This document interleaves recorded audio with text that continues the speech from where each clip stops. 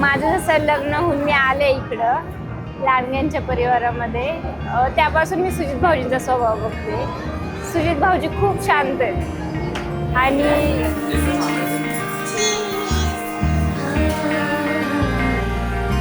ठावाया मनाचा जकाला गेला, थांगया जीवाला सांग काला.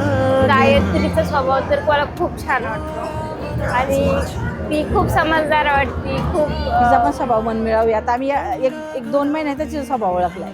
खूप छान आहे. दोघांची छान आयुष्य सुंदर जगते. भावना मनाची ही अनोळखी, नजराची भाषा ही अनोळखी, ओळखीच नाही हसू आजच. तुमचे फिलिंग्स कसे आहेत? कसं वाटतं तुम्हाला? एक नवीन व्यक्ती घरात येते सुन, एकदम लक्ष्मीच्या रूपाने.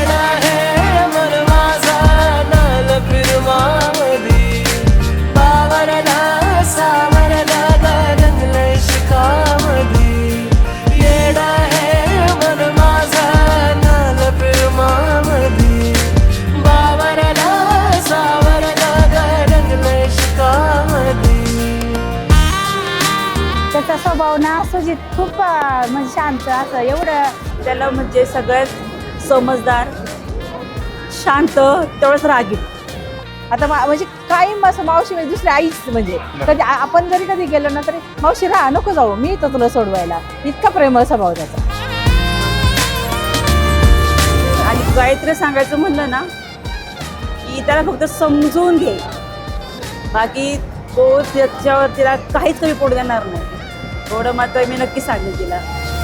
तुझ्या पायवाटा उगा चालते, तुझ्या सावलीला उगा राहते, मन साध घालते, तन राग छेडते, क्षण वाट शोधते, साहू कशा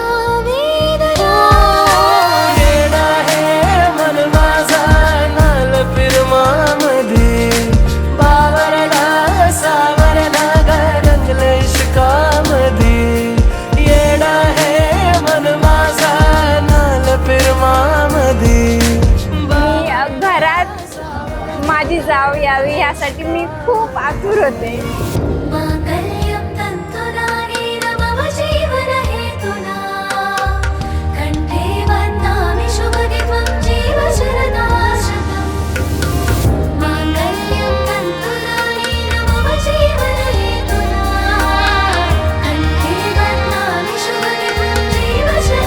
मला नेहमी वाटायचं की अरे सुजित भाऊजींचं कधी लग्न होते, म्हणजे मला जाऊ येईल नाही का, आम्ही दोघे जण कुठेतरी जाऊ, एन्जॉय करू, मस्त मजा करूयात. आता ते स्वप्न खरं उतरले.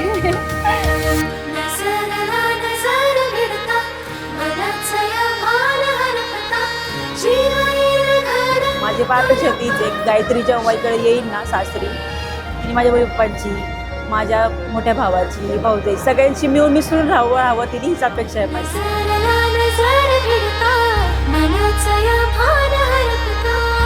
गायत्री आणि सुजितला एवढंच सांगणं आहे की असे छान मित्रासारखे, नवरा हा तुमचा मित्रच आहे. होर होर काळजाची अशी घालमेल वेड लावी जीवाला, तग मग असं सुंदर आयुष्य जगा की लोकांनी असं म्हणलं पाहिजे, वा काय आयुष्य जगते ते.